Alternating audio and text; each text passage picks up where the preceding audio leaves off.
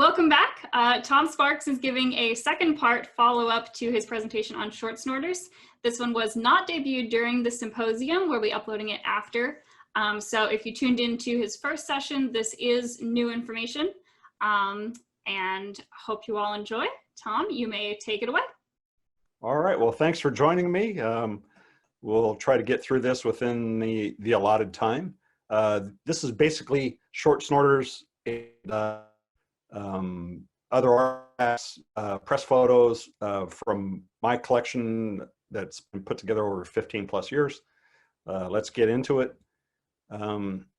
This is a short snorter that was made for some Burma roadsters, and it's signed by Frank Merrill and R.A. Wheeler. Merrill, he was the Frank Merrill of Merrill's Marauders. That was the precursor to the Army Rangers. And you'll notice around the border of this short snorter, all the stars. As we learned on the George Grimm short snorter, stars on a short snorter usually signify that there's some VIP military brass, either an admiral or a general or something like that, who has signed a short snorter. This was the short snorter that was donated by Dr. Kerry Rogers, a great numismatic writer. It's signed by a lot of gentlemen that were involved with the Lido Road, which was part of the Burma Road. And you'll see the picture down there from the Air Force of the Lido Road and just how that thing wound around, getting up and down that hill. They even had their own patch. Short snorter is signed by Lieutenant General Carl Spaatz, signing General Jimmy Doolittle short snorter. I admit General Doolittle's granddaughter asked where his short snorter was because I knew he had one from this photo. She said Smithsonian contacted them. They didn't have it, but they do have a lot of short snorters that are not on display. They should put them on display. Short snorter signed by some other generals. Ralph Royce, interesting gentleman. He went through West Point, and he was with the 1st Aero Squadron in the what they called the punitive expedition on the Mexican border, chasing after Pancho Villa. My grandfather was involved with that, with the 1st Texas Cavalry. Richard Sanders, interesting. He was the youngest general officer in the history of the U.S. at 28 years, 9 months. He was a brigadier general. That's just crazy. He must have been an amazing person. This is a short snorter that I had acquired from Rick Snow, famous Indian and Flying Eagle scent numismatist. And it's signed by 13 flag rank admirals and generals, including Bull Halsey. Just some images of that short snorter, showing that there's some stars involved, VIPs. Here's a short snorter that was signed twice by George S. Patton. And it's interesting because I actually tried to have this authenticated and they didn't recognize it because they said his signature wasn't what is normally the common signature, the upper signature in the example. This is the signature on here is the less common that he would use in personal correspondence. Interesting story about that. There's a press photo of Lord Louis Mountbatten, who was the appointed commander-in-chief of Southeast Asia, short snorter for G.W. Knight, the commandant of the Air Transport Service in 1943. Of Ernie King, commander-in-chief of the U.S. fleet, signing a short snorter for a combat photographer. And there's if you were around for the first session, you learned how Hap Arnold was in the original group of short snorters up in Alaska. And here he's signing a short snorter for Major Richard Bong, who was credited with 27 planes shot down. He was with the 39th Fighter Squadron. He also flew with Charles Lindbergh when he was down there. Short snorter of Charles W. King, Snarlin' Charlie. This was actually sent to me by Snarlin Charlie. I believe this was referred to me through Douglas Mudd, the ANA, curator of the ANA Museum. And through doing some research, saw it was signed by this gentleman named John C. Dunbar. Well, at the time, John C. Dunbar was still alive. I talked with him on the phone up in New England, and he had a short snorter that was signed by Charlie King. And they were both with the 39th Fighter Squadron. I had learned that they had flown, the 39th had been in Bellingham, Washington. Then they went overseas. Just an amazing group of individuals in the 39th Fighter Squadron. Short snorter signed by 5-star General Dwight D. Eisenhower. This was actually donated to me by Dusty Royer in memory of his friend Mike Payton. It came out of his collection. This is a press photo of Eisenhower when he was campaigning for president in '52, signing Cardinal Spellman's short snorter. Also Mamie putting her signature on it. This is a Vice President Henry Wallace signing some snorters for some Army Air Corps pilots in 1944 in Seattle. Short snorter signed by Cider Joe Stilwell, who was the son of Vinegar Joe of the China-Burma-India Theater of Operation fame. A short snorter signed by James Roosevelt, who was the oldest son of President Franklin D. Roosevelt. And then a short snorter signed by Elliott Roosevelt, who was the little brother of James Roosevelt. He was involved with kind of like an aide to President Roosevelt, and won the DFC in Algiers for the group. Short snorter signed by Harry Truman, a couple of private pilots who actually flew their small planes around the world. Interesting story about those guys. Short snorter, I had found this on eBay, and I was looking at it and it's like, oh, it's interesting. You know, I'd heard of Ulithi. It's this base that was basically one of the islands in the South Pacific that was recaptured from the Japanese, and it was America's best kept secret. You could fit, I believe it was either 400 or ships in this lagoon, and they would do a lot of acting in this lagoon. And Gerald R. Ford, who was in the Navy at the time, was flown on December 24, 1904, from Ulithi out to Pearl Harbor on his way back to the States. And it's interesting. There's some stars on this note, and I think those might be the folks on here who are short snorters. So yeah. So I go into this next chapter. These are Hollywood actors who actually served in uniform and their association with different short snorters. First of all, there's James Stewart. It's the only short snorter I've ever seen signed by James Stewart, and this is while he was on active duty, group operations officer at Old Buckingham in England. And it's signed also by Ray L. Sears and Arthur Cromartie. That's highlighted in the box to the left.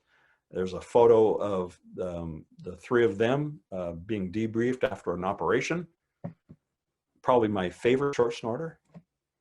This is a short snorter that's signed by Clark Gable and Andrew McIntyre. It belonged to a gentleman named Gordon Jacobs, who was involved with Camp 7 Mile. It was a gunnery training school near Spokane, Washington, Geiger Field, which became Spokane International. Clark Gable at the time was making this film Combat America. His wife had died just months before he went to the Army Air Corps, and there was a deal with Hap Arnold in the studio to allow Clark Gable to make this documentary. It's basically a recruiting documentary. This is a press photo of Clark Gable and Andrew McIntyre with Gordon Jacobs, and this was taken at Camp 7 Mile. This is part of this acquisition. And this is from the Boeing archives. Clark Gable, he flew 5 combat missions over with the 8th Air Force out of England. And Hitler had put a reward out for Clark Gable, who actually was his favorite actor. This is a short snorter signed by Jackie Coogan. people at first might not recognize the name, but he played Uncle Fester in the comedy The Addams Family. And I didn't know about Jackie Coogan in his military background, but he was a real tough guy. You know, the first aircraft group, and he flew on this mission with the Chin. He was a glider pilot, and they had this mission that was 150 lines called Operation Broadway. And you know, when you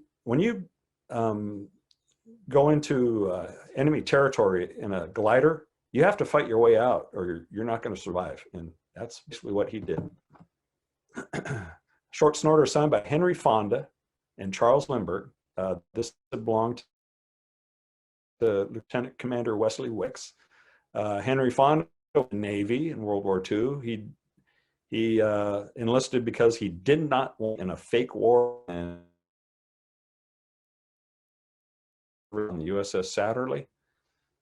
He rose to the rank of, I believe, if I remember correctly. Charles Lindbergh, interesting character.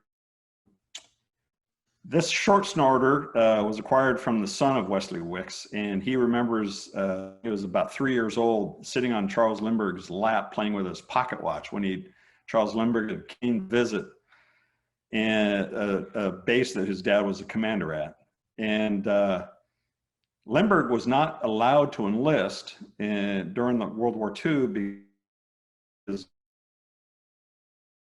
political affiliations, and he worked for Lockheed Airplanes as a consultant, and the research to improve performance on the P-38 Lightning, and he was able to get another couple of 100 miles of fuel out as a civilian. This is a picture of Wesley Wicks having a short snorter Benny. Okay, so this is another short snorter that belonged to Wesley Wicks. This is the one that's signed by Jack Benny in the margin, along with the rest of the troop that was with Bob Hope on this USO tour.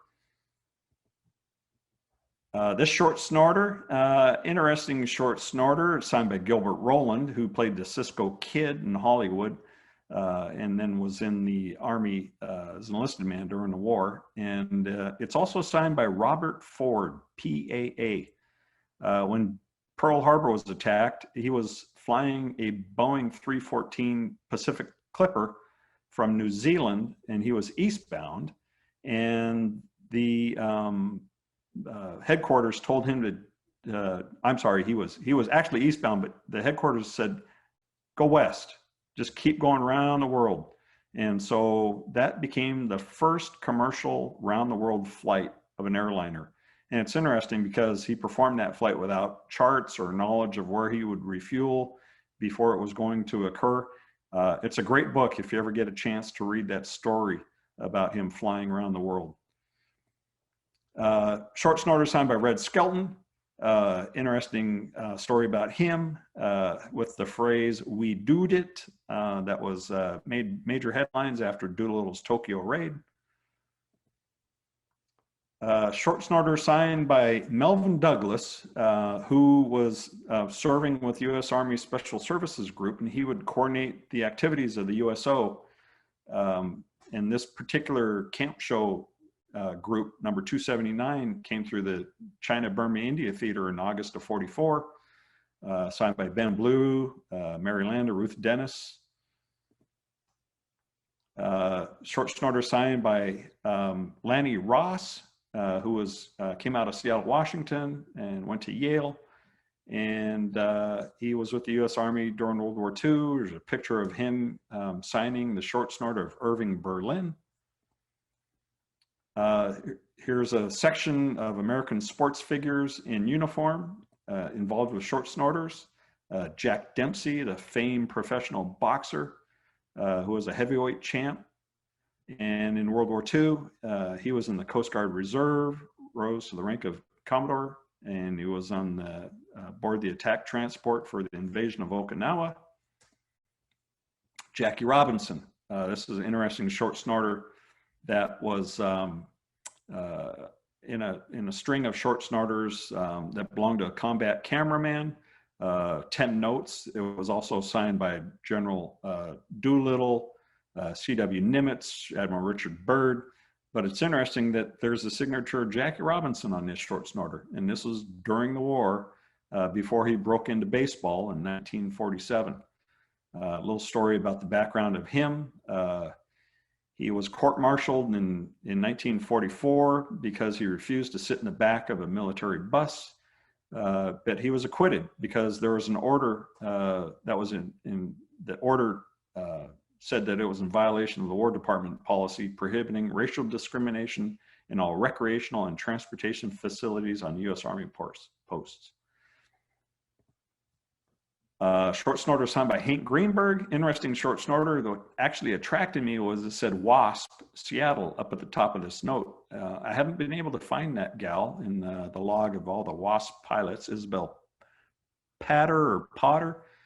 But after I got the short snorter home, I was looking at the signatures, and there's, wow, it's Hank Greenberg, and did a little research. He was the hammer in Hebrew.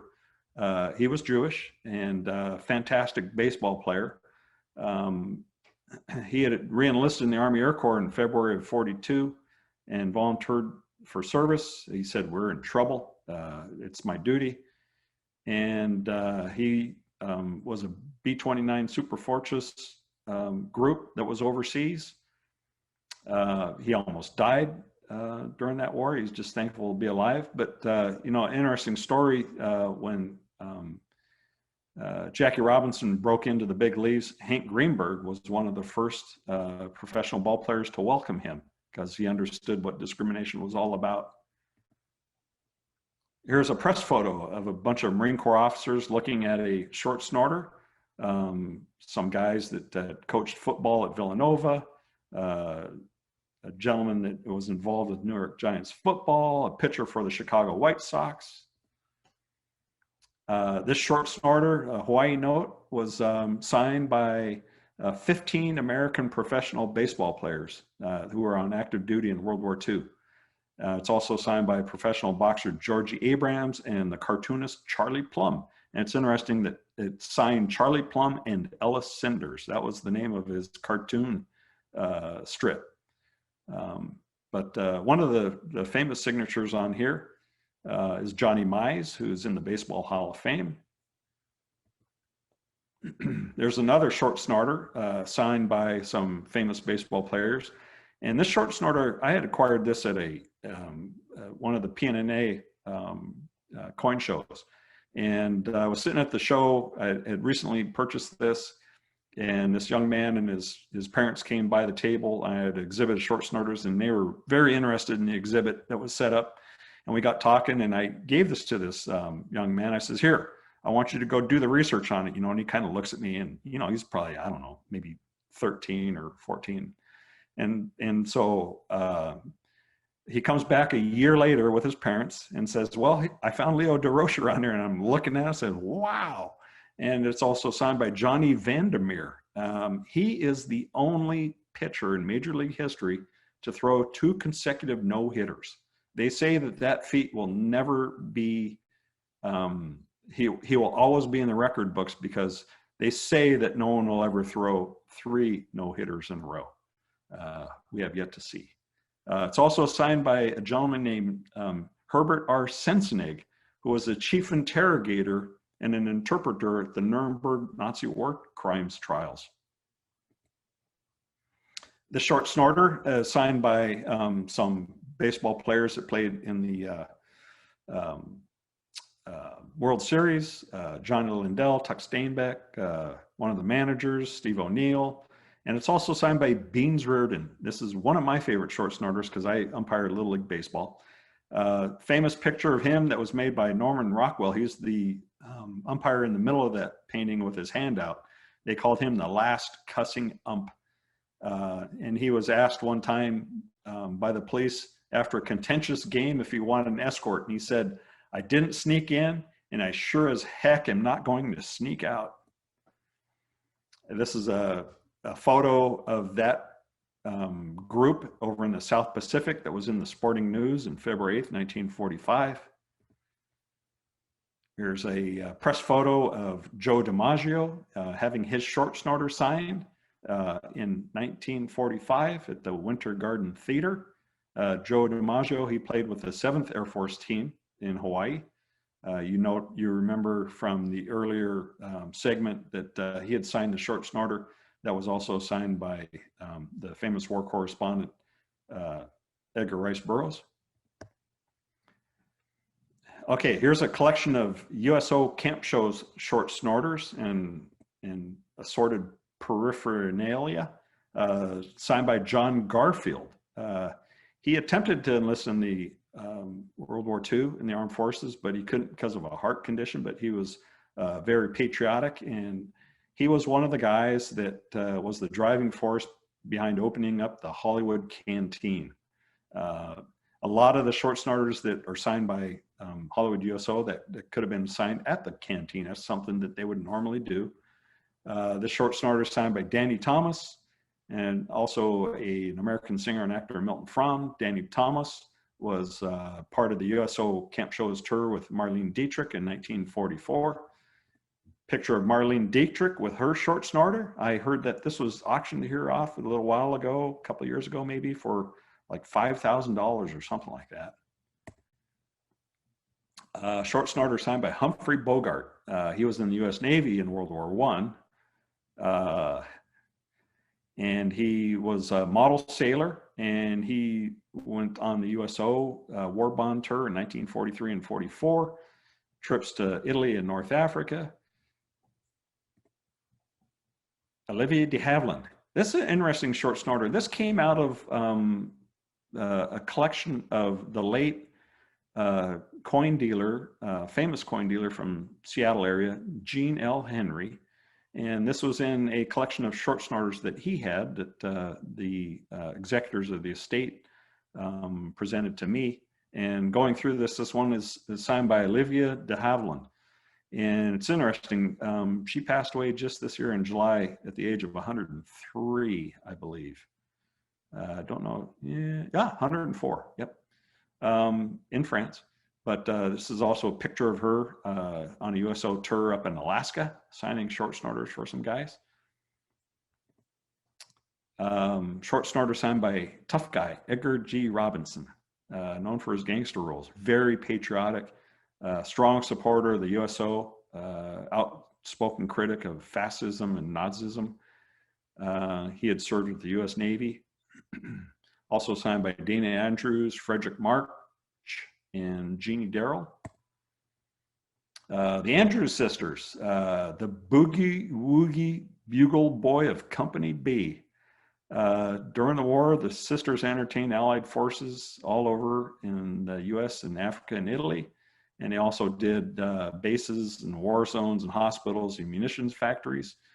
And they helped out the folks, Betty Davis and John Garfield at the Hollywood Canteen.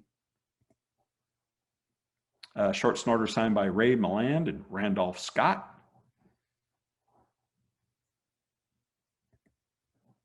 Another short snorter signed by Bob Hope in his USO tour group somewhere in the South Pacific. Luis Rainier and Joseph Kalia. It's interesting. I never knew about Luis Rainier until I did the background on this.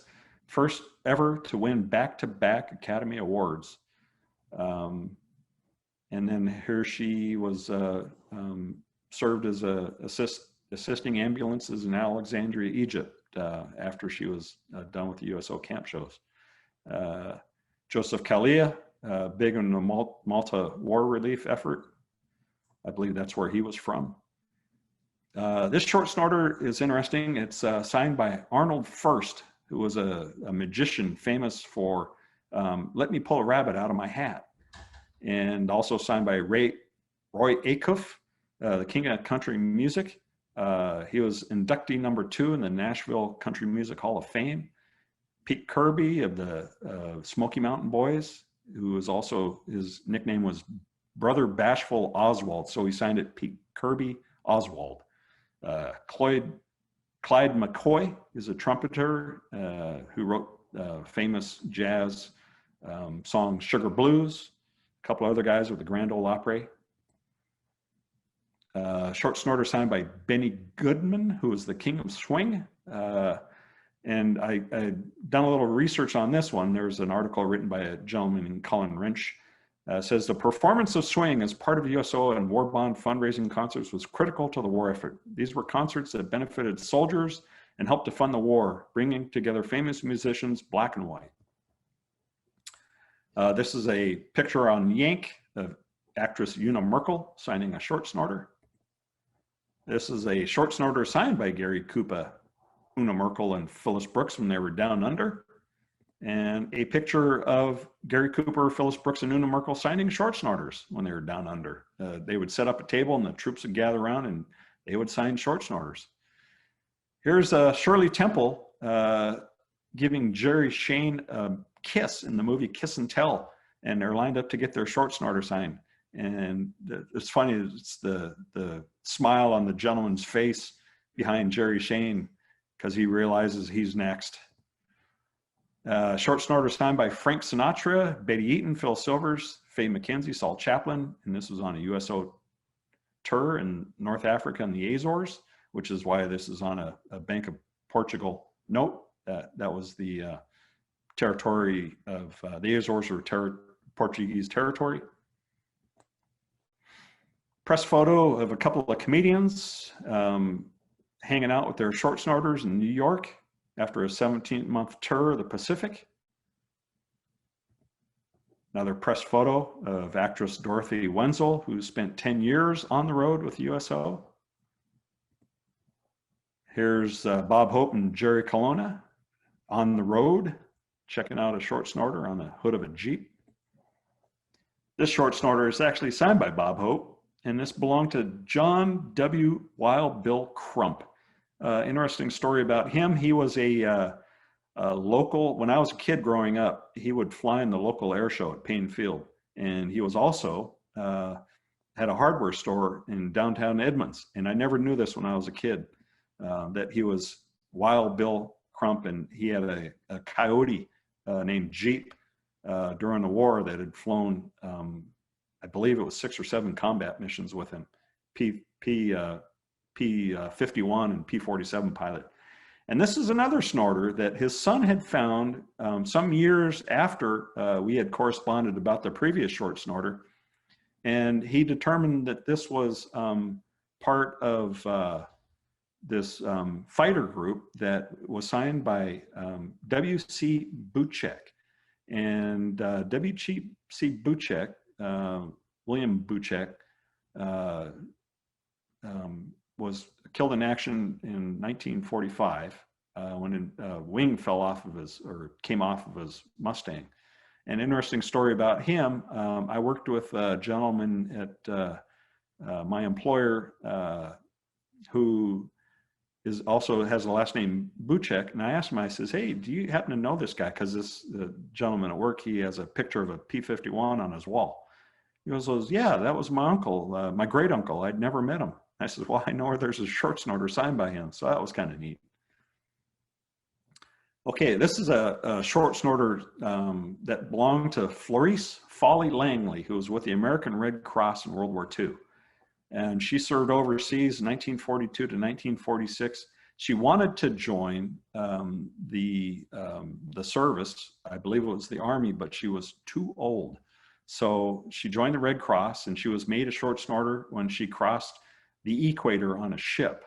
She actually went through the whole ceremony. But she was in the South Pacific. She had gotten dengue fever when she was in, take a step back here. In 1943, Eleanor Roosevelt did a tour of the South Pacific for the American Red Cross. FDR has suggested that she wear a Red Cross uniform so she wouldn't have to take so many clothes, and so she did. And she would sit down and line up, and guys would come in and get their short snorter signed by her. Well, Florice Langley had contracted dengue fever in Australia, and she went to Fiji to recuperate, And she happened to be there when Eleanor Roosevelt came through Fiji on this Red Cross tour. She was invited to dinner with her, and her short snorter Fiji 1 penny note was signed by Eleanor Roosevelt. And after she recuperated, she went into the China-Burma India Theater in India, and she was in Calcutta in 1944. She was invited to the Outlaws Club dance of the 436th Bomb Squadron. And in 1944, there was also a USO troop that was going through that included Harry Brown, Betty Eaton, Jinx Falkenberg, Pat O'Brien, Ruth Carell, Jimmy Dodd. They did quite a few shows over there, more than what they had originally planned. And while she was there, this photo was taken by Florice Langley of Jinx Falkenberg signing Short Snorter on an accordion. And it's that Short Snorter is, you can see the names of Pat O'Brien, Betty Eaton, Jinx Falkenberg, Ruth Carell, Jimmy Dodd. They were married. Jimmy Dodd, if you don't know who he is, he became Jimmy from the Mickey Mouse Club, and also Harry Brown. On the back of that note, it's signed by a bunch of gentlemen who put CNAC after their signatures, China National Aviation Corporation. They were also what was called the Hump Flyers. I had spoken with one of these gentlemen, Captain R.W. Jenkins, prior to his passing, and we had a good chat about his wartime experience in short snorters. And then we have Eleanor Roosevelt short snorter. Well, she made the rounds. So here's another picture of her taken in the Canal Zone, 1944, signing short snorters like she always did. These guys are just happy to get their short snorter signed. Well, this was her short snorter. This was used by her, carried with her in her wallet the last years of her life.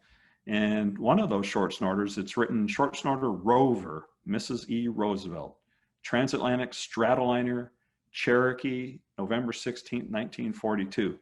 And there's a signature on the Fiji 5 shillings note of a gentleman named Edgar Whitcomb. He had escaped capture of the Japanese twice. Once when he was in the Corregidor, the Bataan Death March, and he had was captured and was on the island of Corregidor. He swam across to escape, one of the few that escaped from Corregidor. And then he was recaptured, but he told them that he was a British miner, so he was in an internment camp, and eventually he was repatriated to Singapore. But he wrote a book, Escape from Corregidor, great book. He passed away here a few years ago.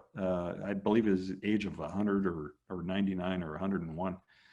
Served as the 43rd governor of Indiana. Very interesting gentleman. So I have also some pictures and have been submitted through the website of some vintage commemorative short snorters. They were usually issued for some type of event. They recognized people and activities, or they would be used for advertising, and they could be taped into other bills in a short snorter. I've seen that very frequently. Here's one of the 458th Bomb Group that commemorated the New Year 1945 and their 200th mission. Here's a short snorter that was made, I don't know why, for the Midway Islands. It's interesting, they say west of everything, that's a Navy insignia. East of nothing, that's a Marine Corps insignia.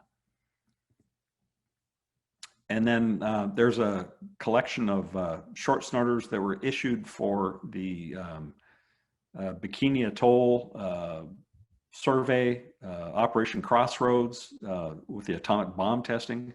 Here's one, it's called the 5 Beacons. It was on the USS Sumner. Here's another one, it says Bikini Kwajalein Task Group 1-5 short snorter.